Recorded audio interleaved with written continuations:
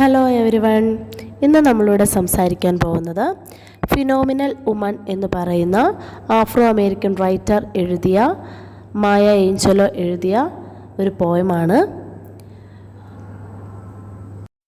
ആദ്യം തന്നെ അതിൻ്റെ ഉള്ളടക്കത്തിലേക്ക് പോകാം.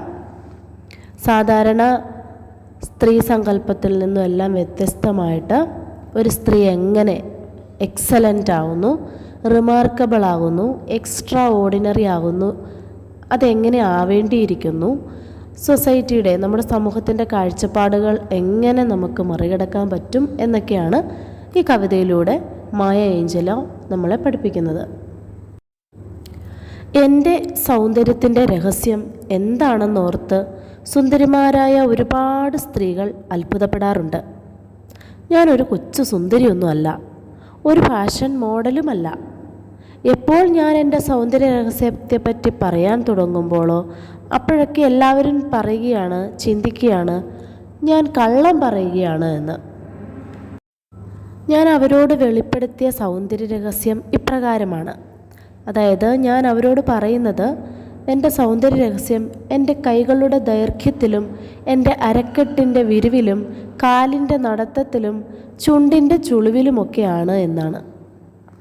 ഈ കവിതയിൽ നല്ല ആത്മവിശ്വാസമുള്ള ഒരു സ്ത്രീയാണ് നാം കാണുന്നത്. ഞാൻ വളരെ വ്യത്യസ്തയായ ഒരു സ്ത്രീയാണ്, തികച്ചും വ്യത്യസ്ത. ഞാൻ വളരെ ശാന്തമായി ഒരു മുറിയിലേക്ക് പ്രവേശിക്കുമ്പോൾ അവിടെയുള്ള മുഴുവൻ പുരുഷന്മാരും നിശബ്ദരായി നിൽക്കുകയോ എൻ്റെ കാൽച്ചുവട്ടിൽ വീഴുകയോ ചെയ്യുന്നു. അത്രയ്ക്ക് വ്യത്യസ്തമായ ഒരു സ്ത്രീയാണ് ഞാൻ. തേനീച്ചക്കൂട്ടം കൂടിനു ചുറ്റും വട്ടമിടുന്നത് പോലെ അവർ എന്നെ ചുറ്റി നടക്കും. എങ്ങനെയൊക്കെയാണ് ഒരു മികവുറ്റ സ്ത്രീയായി മാറുന്നത്? എൻ്റെ കണ്ണിലെ തീജ്വാലയും പല്ലിൻ്റെ വെട്ടിത്തിളങ്ങുന്ന വെണ്മയും എൻ്റെ അരയുടെ ചാഞ്ചാട്ടവും എൻ്റെ കാലുകളുടെ വശ്യതയും എന്നെ ഒരു മികവുറ്റ സ്ത്രീയാക്കി മാറ്റുന്നു. പുരുഷന്മാർ എന്നിൽ ഒരത്ഭുത ഭംഗി കാണുന്നുണ്ട്. അവർ എത്ര ശ്രമിച്ചാലും എൻ്റെ ആന്തരിക സൗന്ദര്യം മനസ്സിലാക്കാൻ കഴിയില്ല. ഞാൻ എത്ര വിവരിച്ചാലും കാണിച്ചു കൊടുത്താലും അവർക്കത് കാണാനേ സാധിക്കില്ല. ഞാൻ പറയും, എൻ്റെ സൗന്ദര്യം എൻ്റെ വക്ഷപ്രദേശത്തിൻ്റെ വളവിലും പുഞ്ചിരിയുടെ സൂര്യപ്രകാശത്തിലും എൻ്റെ രീതികളുടെ വശ്യതയിലുമാണ്. ഞാൻ ഒരു വ്യത്യസ്തയായ സ്ത്രീ ആകുന്നതും അതുകൊണ്ട് തന്നെയാണ്. നിങ്ങൾക്ക് മനസ്സിലാകുന്നുണ്ടോ എന്തുകൊണ്ടാണ് എൻ്റെ തല കുനിയാത്തതെന്ന്? ഞാൻ ഒച്ച വയ്ക്കുകയില്ല, തുള്ളിച്ചാടുകയില്ല, ഒച്ചത്തിൽ സംസാരിക്കുകയില്ല. പക്ഷേ ഞാൻ നടന്നു വരുമ്പോൾ നിങ്ങൾക്ക് വലിയ ആത്മസംതൃപ്തിയില്ലേ?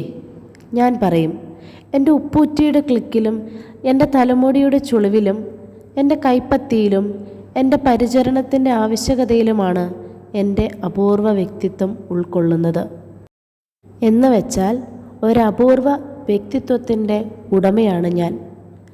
എന്നിൽ അപൂർവ വ്യക്തിത്വം ഉൾക്കൊണ്ടിരിക്കുന്നു.